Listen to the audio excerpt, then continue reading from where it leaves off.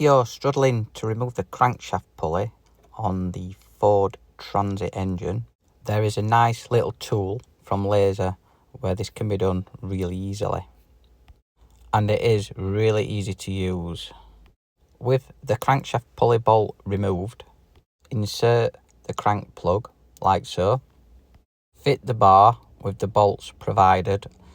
You may find these bolts aren't long enough. I used the bolts from the power steering pump. These were a little longer and the correct thread.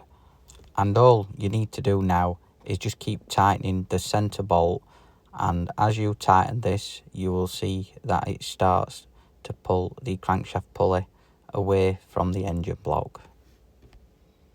If you get to the end and it's still slightly tight, just pop in a socket to space it out a bit and then you will get it off completely.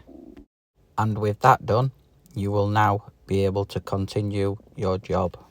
This was just a quick short video for you. If you want to check out some of our other videos relating to the Ford Transit, then why not check out and subscribe to our channel, How to Fix It.